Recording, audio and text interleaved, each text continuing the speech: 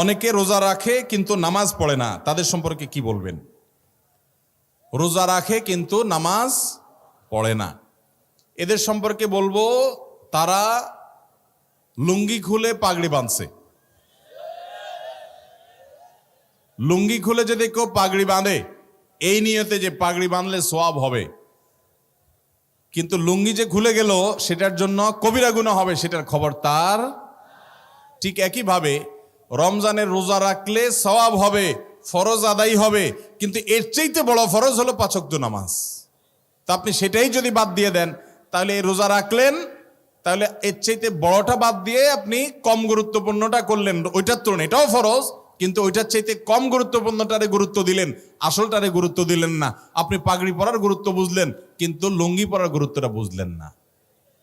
আল্লাহ আমাদেরকে লুঙ্গি পরার গুরুত্ব বুঝার তৌফিক দান করুন, নামাজের গুরুত্ব বুঝার তৌফিক দান করুন। অনেক ভাই আছে নামাজের গুরুত্ব তাদের কাছে, কিন্তু উনি রোজা রাখে। রোজা রাখে এটা ভালো কথা, কিন্তু তার চাইতে ভালো কথা হলো নামাজ আদায় করা। একজন রোজা রাখে নামাজ পড়ে না, এই লোক খারাপ।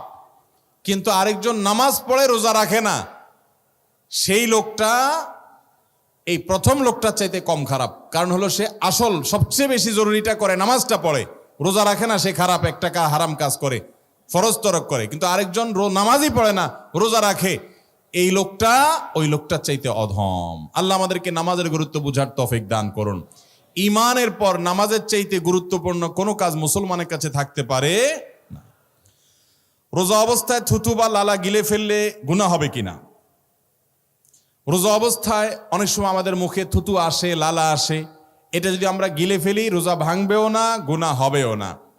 তবে যদি ইচ্ছাকৃতভাবে মুখে থুতু জমিয়ে রেখে কেউ গিলে তাহলে সেটা মাকরুহ হবে, এর ফলেও রোজা ভাঙবে না। নতুন যখন মানুষ রোজা রাখে, বিশেষ করে পিচ্চি পোলাপান যখন রোজা রাখে দেখবেন ঘন ঘন শুধু থুতু ফেলতে থাকে, কারণ সে মনে করে থুতু গিললেও রোজা ভেঙে যাবে। এটা আসলে তার না জানার কারণে, নিজের থুতু গিলার কারণে কফ, শ্লেষ্মা বা আপনার লালা ইত্যাদি যদি পেটের ভিতরে চলে যায়, এর কারণে রোজা ভাঙবে। আমাদের এই ভিডিওটি যদি আপনার ভালো লেগে থাকে তাহলে ভিডিওতে একটি লাইক দিতে পারেন এবং আপনার প্রিয়জনদের সাথে শেয়ার করতে পারেন, এবং এইরকম আরও ভিডিও পেতে আমাদের ইউটিউব চ্যানেলটি সাবস্ক্রাইব করে পাশে থাকা বেল আইকনটি অন করে দিন।